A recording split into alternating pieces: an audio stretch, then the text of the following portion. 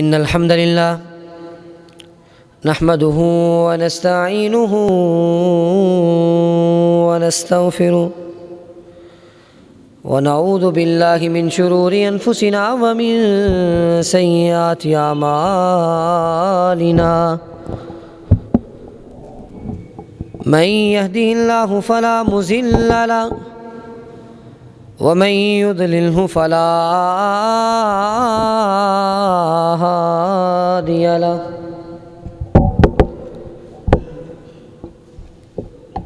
أشهد أن لا إله إلا الله وحده لا شريك له وأشهد أن محمدًا عبده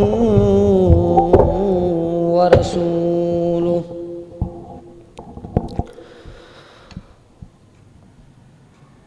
اللهم صل على محمد وعلى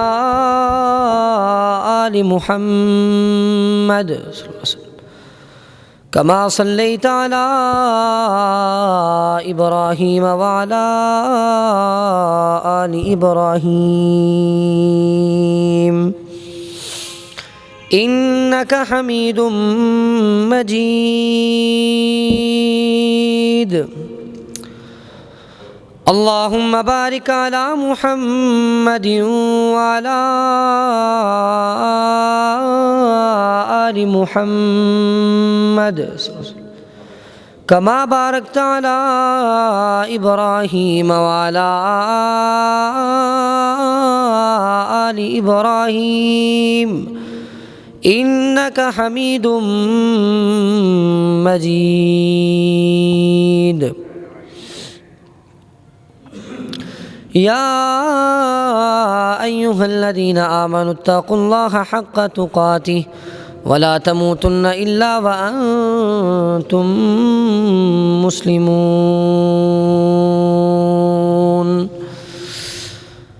يا أيها الناس اتقوا ربكم الذي خلقكم من نفس واحدة وخلق منها زوجها وبث منهما رجالا كثيرا ونساء واتقوا الله الذي تساءلون به والأرحام إن الله كان عليكم رقيبا يا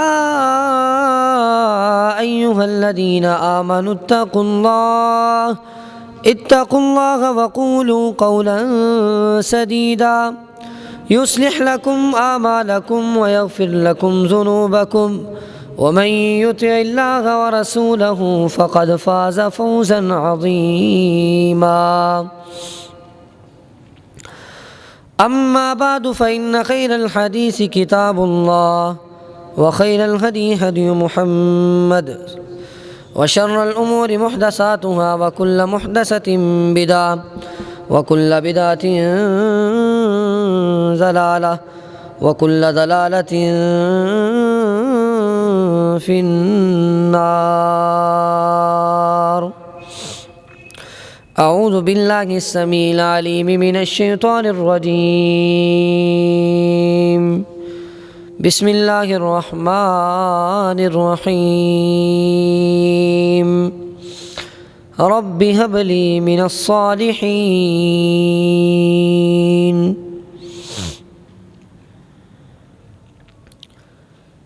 سب قسم کی حمد و ثنا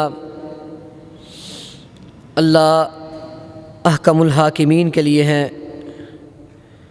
جو ہمارا خالق ہے، مالک ہے، رازق ہے، ہر چیز پر قادر ہے، جو وہ چاہے کر سکتا ہے۔ اگر وہ چاہے تو کسی کو بیٹے دے دے اور اگر وہ چاہے تو کسی کو بیٹیاں دے دے اور اگر وہ چاہے تو اولاد سے محروم رکھے، کیونکہ وہ ہمارا خالق ہے، مالک ہے، رازق ہے، ہر چیز پر قادر ہے۔ اس کے بعد لاکھوں کروڑوں درود و سلام اس ہستی اقدس مقدس مطہر معطر پر کہ جس کے ذریعے سے اللہ رب العزت نے ہماری رہنمائی کا بندوبست کیا اور جس کو رحمت للعالمین بنا کر بھیجا، جس کے آنے سے انسانوں کو جینے کے طور طریقے اور سلیقے آ گئے، اور جس کا نام نامی اس میں گرامی جناب محمد الرسول اللہ صلی اللہ علیہ وسلم ہے۔ سامعین محترم، اولاد اللہ رب العزت کی بہت بڑی نعمت ہے۔ جس طرح کہ میں نے گزشتہ خطبہ جمعہ میں آپ کے سامنے بیان کیا تھا کہ والدین اللہ کی بہت بڑی نعمت ہے، اسی طرح اولاد بھی اللہ کی بہت بڑی نعمت ہے۔ اس نعمت کا اندازہ ان لوگوں کو ہے جو بے اولاد ہیں، یا نعمت کی قدر ان لوگوں کو ہے جن کے پاس نعمت موجود نہیں ہے۔ لیکن اولاد مل جانا، اللہ کی طرف سے اولاد مل جانا، یہ بہت بڑی نعمت ہے۔ لیکن اولاد ملنے کے بعد ہم پر بھی ایک ذمہ داری اور ایک فریضہ عائد ہوتا ہے۔ ہمارے اوپر بھی اللہ رب العزت نے ایک ذمہ داری رکھی ہے، ایک فریضہ قائم کیا ہے کہ جس کے پاس اولاد ہے وہ اپنی اولاد کی تربیت اچھی کرے۔ یہ والدین کی ذمہ داری اور والدین کا فریضہ ہے، اور والدین سے سوال ہوگا کہ اگر انہوں نے اپنی اولاد کی تربیت میں کوئی کمی کوتاہی کی ہو یا سستی اور کاہلی کا رویہ اپنایا ہو تو والدین سے بھی پوچھ گچھ ہوگی۔ تو صرف اولاد پیدا کر لینا ہی مقصد نہیں ہے کہ میری اولاد ہو، میرے بیٹے ہوں، میری بیٹیاں ہوں۔ اگلا مقصد ایک اور بھی ہے جو اس سے بڑھ کے ہے، وہ یہ ہے کہ اولاد مل جائے تو اولاد کی تربیت اچھی کرنی ہے، اور یہ والدین کی ذمہ داری ہے۔ اللہ رب العزت نے قرآن پاک میں فرمایا یا ایھا الذین آمنوا قوا انفسکم واہلیکم نارا، لوگو اپنے آپ کو بھی آگ سے بچاؤ اور اپنے گھر والوں کو، اپنے بچوں کو، اپنے بیٹوں کو، اپنی بیٹیوں کو، اپنی بیویوں کو اور اپنے گھر والوں کو بھی آگ سے بچاؤ۔ یہ تمہاری ذمہ داری ہے۔ اگر تم تربیت اچھی کرتے ہو اور تمہاری اولاد ایسے عمل کرتی ہے جو اعمال جنت میں لے کے جانے والے ہیں، اور تمہاری تربیت کا اثر یہ ہے کہ تمہاری اولاد جو ہے وہ نمازی بھی ہے، پرہیزگار بھی ہے، اور رب کے ساتھ تعلق بھی ہے، اللہ کے دین کے ساتھ تعلق بھی ہے، تو اس کا اجر اور ثواب تمہیں بھی ملے گا۔ اور اگر اولاد نافرمان تو بعد کی بات ہے، اگر اولاد بدعمالیاں کرتی ہے اور آپ اس کی تربیت کی طرف توجہ نہیں دیتے، اولاد جو ہے بے نمازی ہے، آپ اس کی تربیت کی طرف توجہ نہیں دیتے، تو اس کا گناہ بھی آپ کے ذمہ آئے گا، اس کا سوال بھی آپ سے ہوگا، کیونکہ اللہ کے رسول صلی اللہ علیہ وسلم نے فرمایا کلکم راع وکلکم مسئول عن رعیتہ فالامام راع وهو مسئول عن رعیتہ والرجل راع فی اہلہ وهو مسئول عن رعیتہ۔ آپ علیہ الصلوۃ والسلام نے فرمایا کہ تم میں سے ہر ایک بندہ ذمہ دار ہے، اور ہر بندے سے اس کی ذمہ داری کے بارے میں سوال ہوگا کہ بتاؤ تم نے اپنی ذمہ داری کو کس طرح سے انجام دیا تھا، بتاؤ تم اپنی ذمہ داری سے کس قدر غافل تھے، اور تم نے اپنی ذمہ داری کیسے ادا کی۔ اور فرمایا امام جو ہے وہ پوری ملک کا ذمہ دار ہے، پوری رعایا کا اور پورے ملک کا ذمہ دار ہے۔ کل قیامت کے دن پورے ملک کے بارے میں، ساری رعایا کے بارے میں اس سے سوال ہوگا۔ اور فرمایا کہ آدمی اپنے گھر والوں کے بارے میں ذمہ دار ہے، گھر والوں کی ذمہ داری آدمی پر ہے، والد پر ہے، باپ پر ہے، بھائی پر ہے۔ کل قیامت کے دن اس کی ذمہ داری کے بارے میں اس سے سوال ہوگا کہ تیرے گھر میں فلاں فلاں برائیاں ہوتی رہی، تیرے گھر میں یہ کمیاں اور کوتاہیاں ہوتی رہیں، تو نے خیال کیوں نہیں کیا۔ ہر بندے کو اللہ نے ذمہ داری دے دی ہے۔ اور بچوں کی تربیت کی ذمہ داری اولاد کی تربیت کی ذمہ داری والدین کی ہے، اور اگر اولاد کی تربیت میں والدین کمی اور کوتاہی کریں گے تو اس ذمہ داری کے بارے میں بھی کل قیامت کے دن والدین سے سوال ہوگا کہ تم نے کمی اور کوتاہی کیوں کی۔ اور اولاد کی تربیت اچھی کرنے میں اور اولاد کی تربیت بری کرنے میں، اولاد کو بگاڑنے میں اور اولاد کو سنوارنے میں، اولاد کو نیک اور بنانے میں یا بد بنانے میں سب سے اہم کردار ہوتا ہے والدین کا، سب سے اہم کردار ہوتا ہے والدین کا۔ والدین اگر اچھی تربیت کر دے تو اولاد نیک بن جاتی ہے، اور اگر والدین بری تربیت کریں تو اولاد بد بن جاتی ہے۔ آقا علیہ الصلوۃ والسلام کا فرمان ہے، آپ نے فرمایا ما من مولود یولد علی الفطرہ فابواہ یہودانہ وینصرانہ ویمجسانہ۔ آپ علیہ الصلوۃ والسلام نے فرمایا ہر پیدا ہونے والا بچہ فطرت اسلام پر پیدا ہوتا ہے، اس کے اندر اللہ نے توحید کو رکھا ہوتا ہے، وہ اسلام کی فطرت پر پیدا ہوتا ہے، اس کے اندر اصل میں نیکی ہوتی ہے، اس کے اندر اصل میں صالحیت ہوتی ہے۔ لیکن کیا ہوتا ہے، ماں باپ کی تربیت کی وجہ سے ماں باپ اپنے بیٹے کو فطرت اسلام سے ہٹا کر اسے یہودی بنا دیتے ہیں، اسے عیسائی بنا دیتے ہیں، اسے مجوسی بنا دیتے ہیں۔ تو والدین کی تربیت کی وجہ سے، والدین کے حکم کی وجہ سے، والدین کے رویے کی وجہ سے ایک فطرت اسلام پر اور فطرت سلیمہ پر پیدا ہونے والا بچہ اپنی فطرت سے ہٹ جاتا ہے اور والدین کی تربیت کے اثر کو قبول کرتے ہوئے اپنی فطرت کو چھوڑ دیتا ہے۔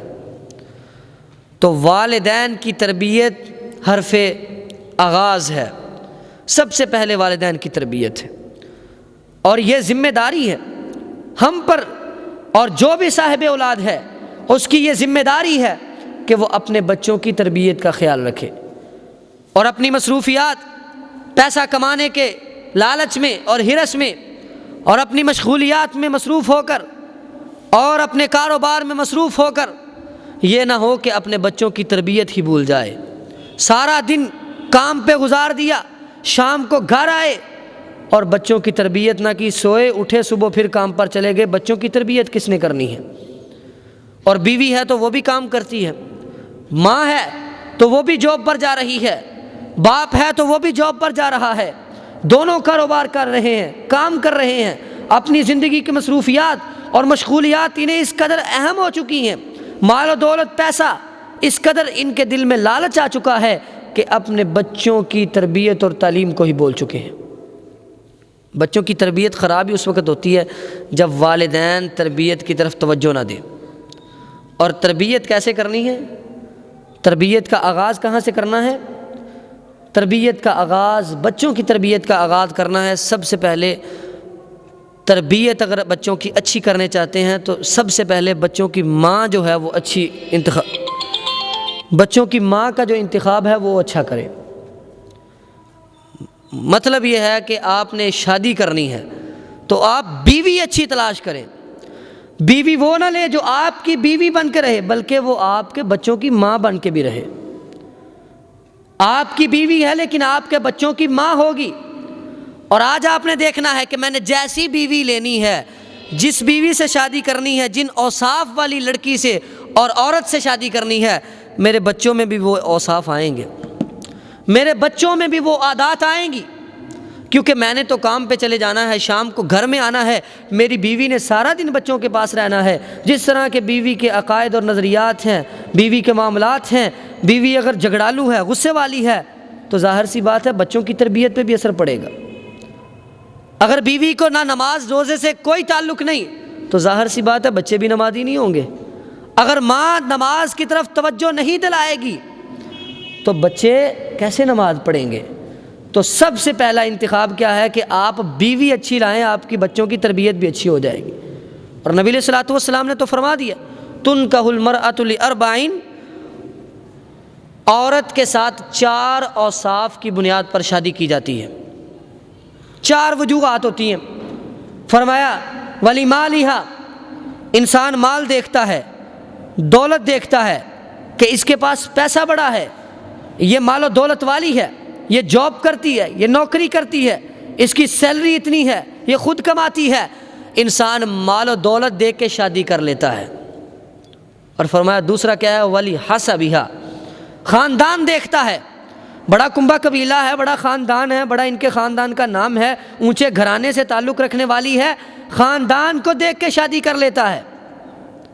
اور فرمایا تیسرے نمبر پر ولی جمالھا، خوبصورتی دیکھتا ہے، حسن و جمال دیکھتا ہے، بڑی خوبصورت ہے، حسین و جمیل ہے اور بڑی پرکشش ہے، اس سے شادی کر لوں، اس کے حسن کو بیس اور بنیاد بنا کر اس کے ساتھ شادی کر لیتا ہے۔ اور فرمایا چوتھی وجہ ولی دینھا، عورت کا دین دیکھتا ہے کہ عورت نیک ہے کہ بد ہے، نماز بھی پڑھتی ہے کہ نہیں پڑھتی، پردہ بھی کرتی ہے کہ نہیں کرتی، دوپٹہ لینے کا طریقہ بھی آتا ہے کہ نہیں آتا، اس کے گھر کا ماحول کیسا ہے، دینی ہے یا دنیا دین سے ہٹ کے ہے۔ وہ دین کو دیکھتا ہے کہ جس عورت کے پاس دین زیادہ ہے، جو نمازی پرہیزی ہے، جو نیک ہے، اس عورت کے ساتھ شادی کرتا ہے۔ اور فرمایا فاظفر بذات الدین، صحابی رسول کو یہ نصیحت کی کہ 4 وجوہات پر شادی کی جاتی ہے، لیکن تو نے فاظفر بذات الدین، دین والی کو ترجیح دینی ہے، جس کے پاس دین زیادہ ہو تو نے اس سے شادی کرنی ہے۔ آج افسوس کی بات ہے، پھر کہتے ہیں بچوں کی تربیت ٹھیک نہیں ہے، بچے کہا نہیں مانتے، بات نہیں مانتے، بچے قابو نہیں آتے، ضدی ہیں، اڑیل ہیں۔ بچے تو ضدیں لگائیں گے جب ان کی ماں ضدی ہوگی، بچے تو اڑیل بن جائیں گے جب ان کی ماں کا رویہ ایسا ہوگا، بچے تو جھگڑا کریں گے جب ماں کا رویہ ایسا ہوگا۔ تو سب سے پہلے دین کو ترجیح دو۔ آج ہم ڈگریاں دیکھتے ہیں، آج ہم پڑھائی دیکھتے ہیں، آج ہم کہتے ہیں جی کڑی ایم اے پاس ہے، وہ ایم اے تو پاس ہے لیکن اللہ کی نظروں میں فیل ہے جب تک وہ نماز نہیں پڑھتی۔ تعلیم سے کوئی عرض نہیں، لیکن اگر تعلیم بغیر دین کے ہو تو ایسی تعلیم کو کوئی ترجیح نہیں دی جا سکتی۔ دین اول ہے، ڈگریاں اس عورت کے پاس رہ جائیں گی، وہ ڈگریاں جو لے کے آئے گی، وہ ڈگریاں تو تمہارے بچوں میں منتقل ہو جائیں گی۔ اگر ماں پڑھی لکھی ہے، بچے بھی پڑھے لکھے بن جائیں گے، لیکن تربیت اچھی نہیں ہوگی۔ تربیت اچھی تب ہوگی جب بیوی تربیت یافتہ ہوگی، جب آپ کی بیوی اور بچوں کی ماں تربیت یافتہ ہوگی۔ جب ماں ہی تربیت یافتہ نہیں تو بچے تربیت یافتہ نہیں ہو سکتے، کیونکہ سب سے مین کردار جو ہے بچوں کی تربیت میں وہ ماں کا ہے۔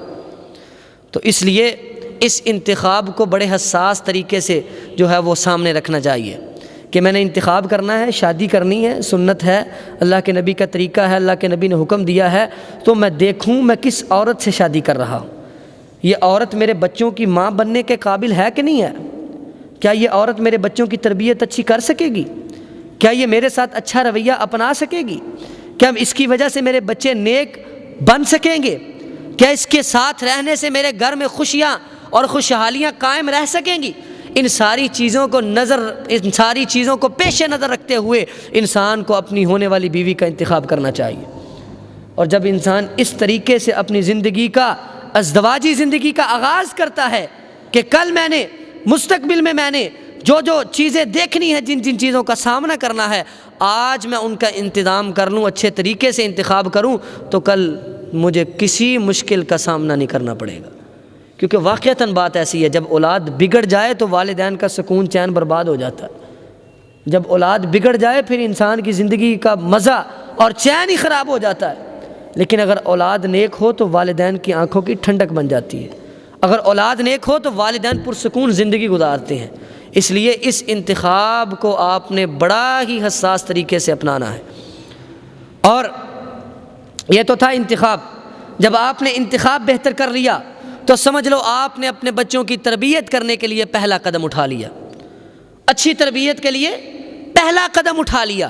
جب آپ نے پہلا قدم اٹھایا کہ اب میری بیوی اچھی ہے، میرے بچے بھی اچھے ہوں گے، تو ظاہر سی بات ہے جب انسان کی شادی ہوتی ہے، شادی کے بعد انسان کو سب سے زیادہ خواہش اس بات کی ہوتی ہے کہ اللہ مجھے اولاد دے دے، اب میرے ہاں بچہ پیدا ہو جائے، میرے ہاں بچی پیدا ہو جائے، میرے ہاں بیٹا پیدا ہو جائے، یہ ہر انسان کی خواہش ہوتی ہے۔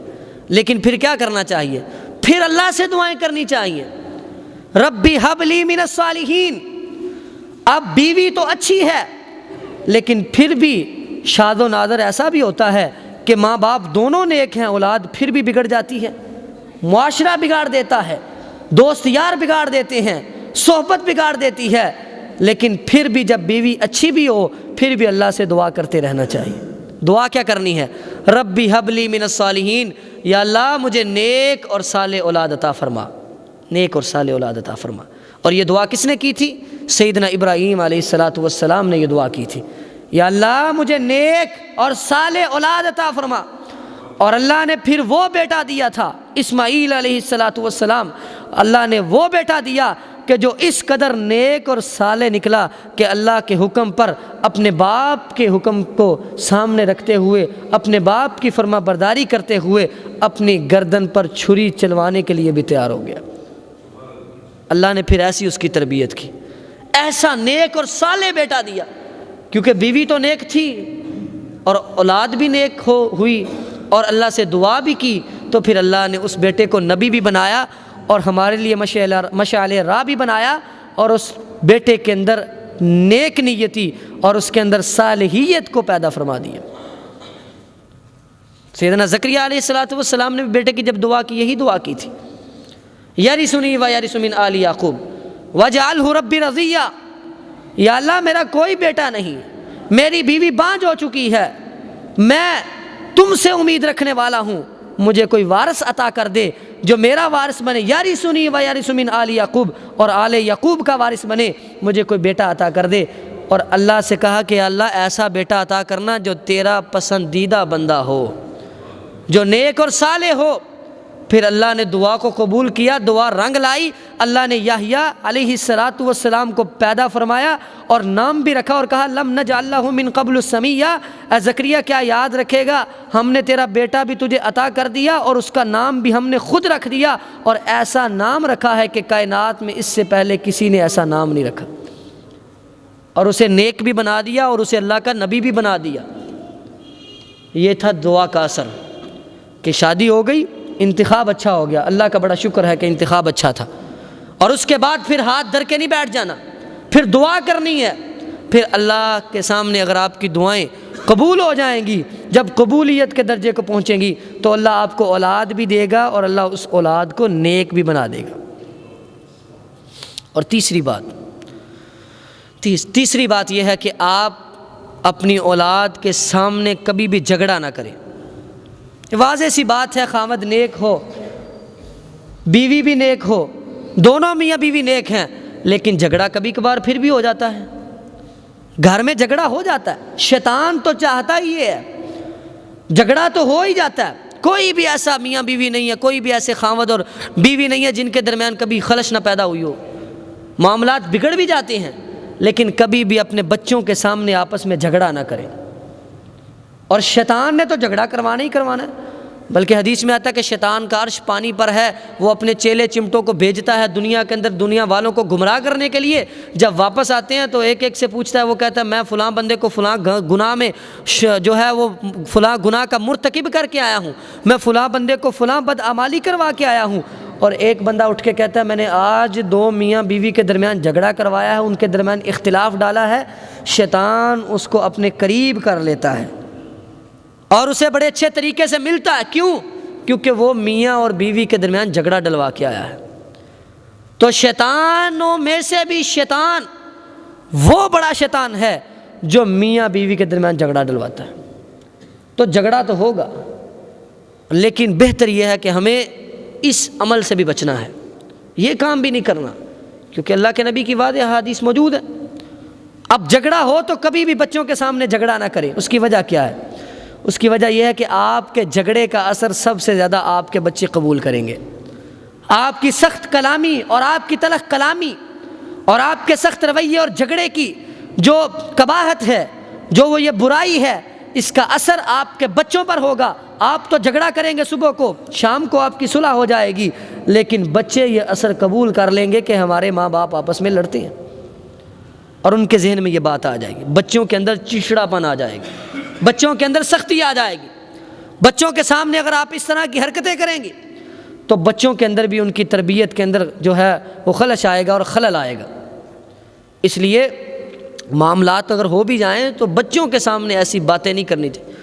اس سے بڑھ کے کیا ہوتا ہے، بچوں کے سامنے گالیاں نکالنی شروع کر دیتے ہیں، بیوی کو گالیاں نکال رہے ہیں، بیوی خاوند کو گالیاں نکال رہی ہے، بچوں کے سامنے، سب کے سامنے حیا نام کی چیز ہی نہیں ہے۔ تو اس سے پھر کیا ہوتا ہے، بچے اس اثر کو قبول کر لیتے ہیں۔ جب ماں باپ ہی گالیاں نکالیں گے اور آپس میں ایک دوسرے سے لڑے جھگڑیں گے تو بچے تو ظاہر سی بات ہے پھر باہر جا کے لڑکوں کے ساتھ گالیاں نکالیں گے۔ تو کبھی بھی اپنے بچوں کے سامنے اس طرح کی کوئی حرکت نہ کریں، بچے کی تربیت پر اثر ہوتا ہے۔ اور اس کے بعد آپ نے اپنے بچے کی تربیت کرتے ہوئے اپنے آپ کو سنوارنا ہے۔ آپ بھی نیک ہیں، آپ بھی اللہ کے احکامات کو مانتے ہیں، آپ کا بچہ بھی مانے گا۔ اگر آپ کی بیوی بھی مانتی ہے تو آپ کا بچہ بھی مانے گا، لیکن ساتھ ساتھ یہ کرنا ہے کہ جدید فتنے جو آ چکے ہیں اپنے بچوں کو ان سے محفوظ رکھنا ہے۔ بڑے فتنے ایسے آ گئے ہیں کہ بچوں کی تربیت بگڑنے کا بہت ہی زیادہ خطرہ ہے۔ اس انداز سے مغرب اور کفار اور یہودی اور عیسائیوں کی سازشیں ہمارے اوپر ٹوٹ رہی ہیں، ہمارے اوپر ان کی سازشیں گر رہی ہیں کہ ہم اپنے بچوں کی تربیت کو اچھا کرنے میں بالکل عاجز ہو چکے ہیں، بالکل عاجز ہو چکے ہیں۔ جو مرضی ہو جائے بچوں کی تربیت بگڑ جاتی ہے، جو مرضی ہو جائے بچے پھر بھی بگڑ جاتے ہیں۔ ہر گھر کا یہ سوال ہے، ہر گھر کا یہ مسئلہ ہے کہ بچے بگڑ گئے ہیں، وجہ کیا ہے، سبب کیا ہے؟ یہ کارٹون کا فتنہ جو ہمارے اندر آ گیا ہے، گیمز کا فتنہ جو آ گیا ہے، اور سب سے بڑھ کے اس فتنے کے پیچھے اور اس فتنے کی آڑ میں آپ کے بچوں کو میوزک کی عادت ڈالی جاتی ہے، موسیقی کی عادت ڈالی جاتی ہے، اور موسیقی سنتے ہوئے اس کے کان سکون محسوس کرتے ہیں، اس کے دل کو اطمینان ہوتا ہے۔ بچے کو جب بار بار موسیقی سنائی جائے گی تو بچہ اس موسیقی کا عادی ہو جائے گا۔ اب کبھی آزما کے دیکھ لینا، آپ کا کوئی بچہ گیم کھیلتا ہے اور گیم کے ساتھ میوزک بھی چل رہا ہوتا ہے، جب آپ بچے سے کہیں گیم کھیلو لیکن میوزک بند کر دو، کبھی بھی میوزک نہیں بند کرے گا، رونا شروع ہو جائے گا۔ اسے چلاؤ بابا، اسے چلاؤ، آواز نہیں آ رہی، آواز چلائیں، اس کی آواز نہیں آ رہی۔ کیوں؟ کیونکہ وہ میوزک اب اس کی عادت بن رہا ہے۔ وہ میوزک اور وہ موسیقی بڑے ہی مخفی راستے سے، چھپ چھپا کر اور بڑے ہی خفیہ راستے سے آپ کے بچے کے دماغ کے اندر سوار ہو رہا ہے۔ اور کارٹون کا بھی یہی مسئلہ ہے، کارٹون کے پیچھے میوزک لگا دیا گیا ہے۔ کوئی بھی ایسے کارٹون نہیں ہے جن کے پیچھے میوزک نہ ہو، جو میوزک کے بغیر بنائے جاتے ہوں۔ میوزک اندر موجود ہے، حالانکہ موسیقی اور میوزک ایسی چیز ہے کہ اللہ رب العزت نے جو موسیقی سنتا ہے، جو گانے سنتا ہے، اس کے لیے دردناک عذاب رکھا ہے۔ اللہ کے نبی صلی اللہ علیہ وسلم نے فرمایا کہ قیامت کے قریب کچھ لوگ ایسے آئیں گے، یستحلون الحرى والحریر والمعازف، قیامت کے قریب ایسے لوگ آئیں گے جو موسیقی کو حلال سمجھنا شروع کر دیں گے۔ تو یہ تو قیامت کی نشانیاں ہیں۔ حلال تو دور کی بات ہے، ہمیں تو کبھی احساس ہی نہیں ہوا کہ یہ بھی گناہ ہے، ہمیں تو کبھی احساس ہی نہیں ہوا کہ یہ میوزک بھی گناہ ہے، اور وہ چل رہا ہے میوزک سراسر مسلسل۔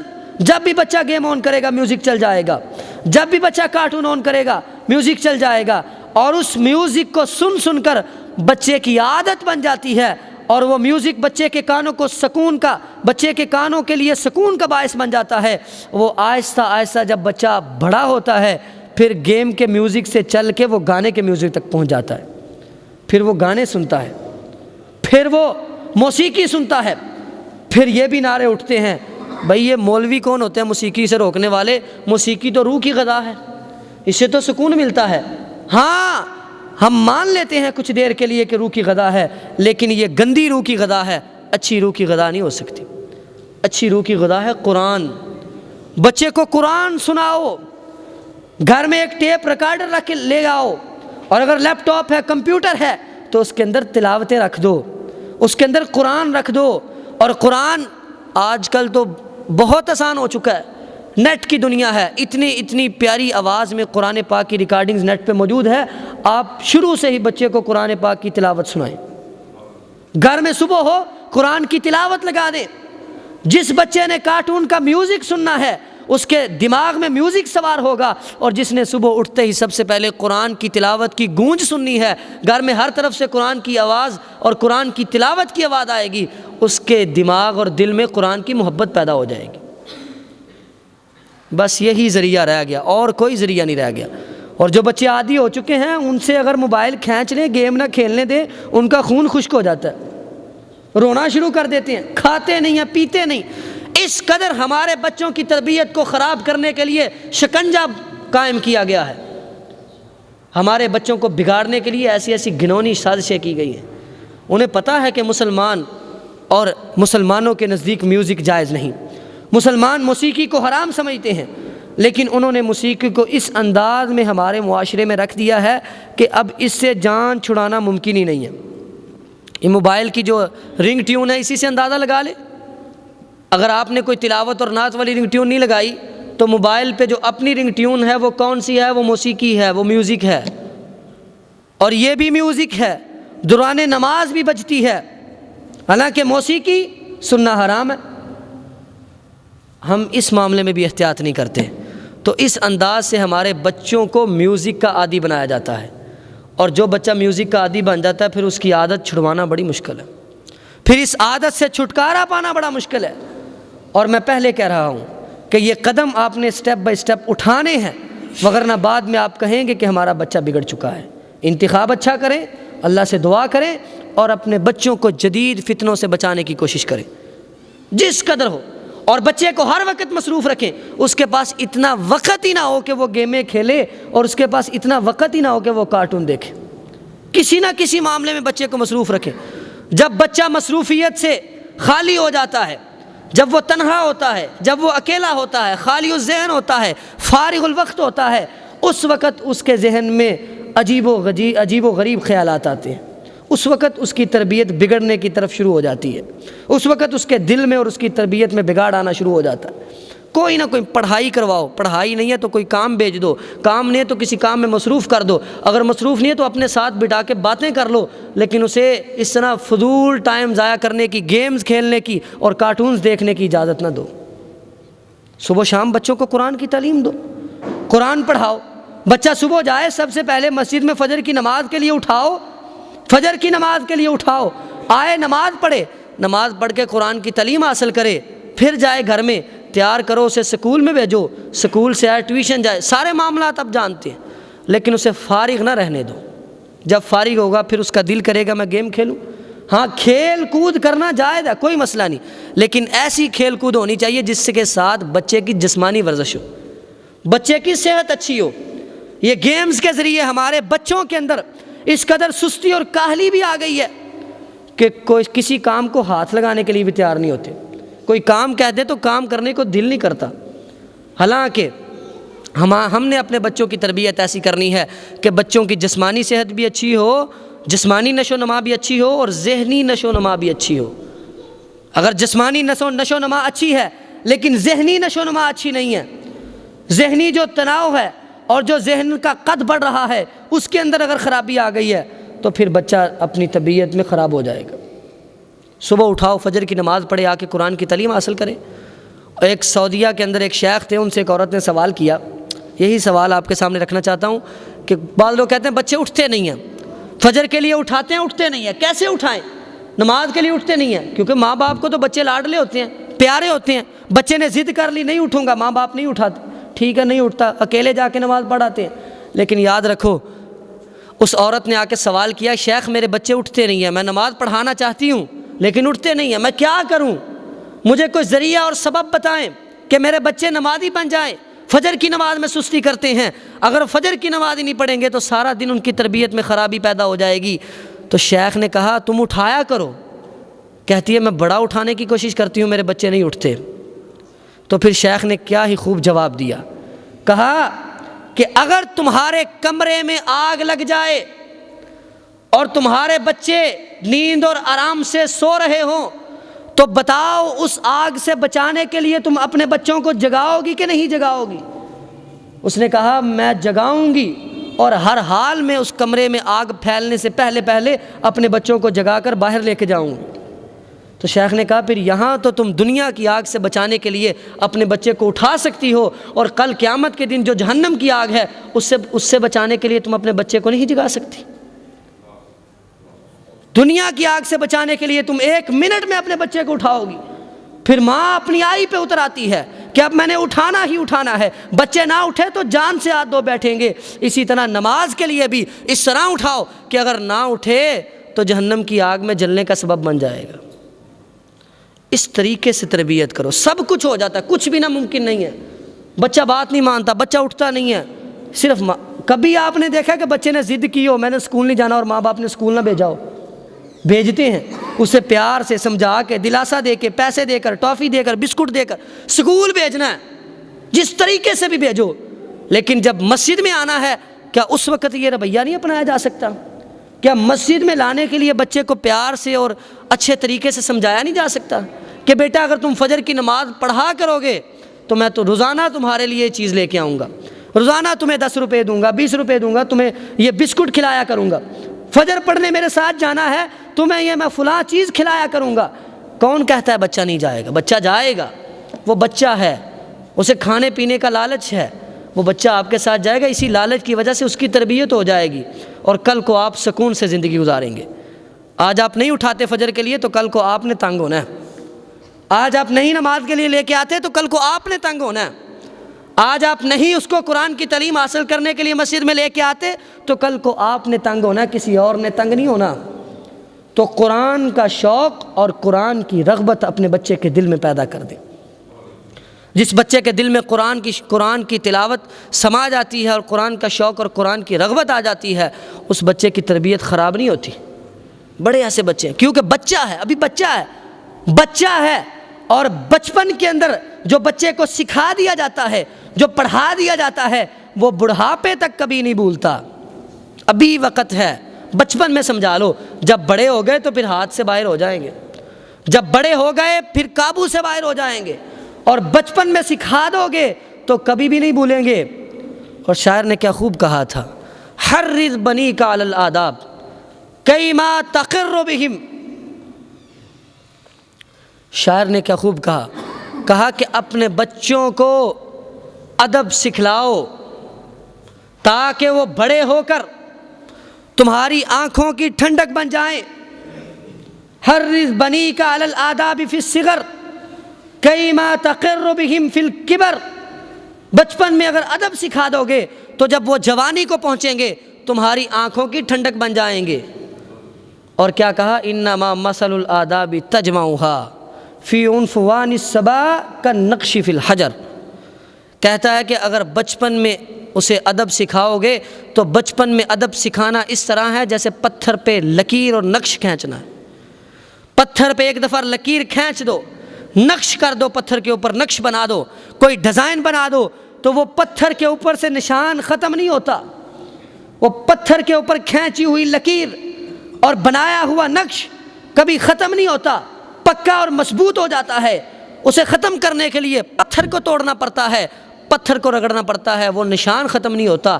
اسی طرح اگر بچپن میں بچے کو اچھے آداب اور اچھی عادات اور اچھا اخلاق اور قرآن کی تعلیم اور قرآن کا شوق اور تلاوت کی رغبت اگر اس کے دل میں بٹھا دی جائے تو تا عمر بڑھاپے تک اس کے دل میں یہ شوق پیدا ہو جائے گا، اور اس بچے کی زندگی کی ترجیحات ہی بدل جائیں گی، زندگی کی ترجیحات بدل جائیں گی، زندگی گزارنے کے معیارات بدل جائیں گے، اور اس کے رہن سہن کا طریقہ بدل جائے گا۔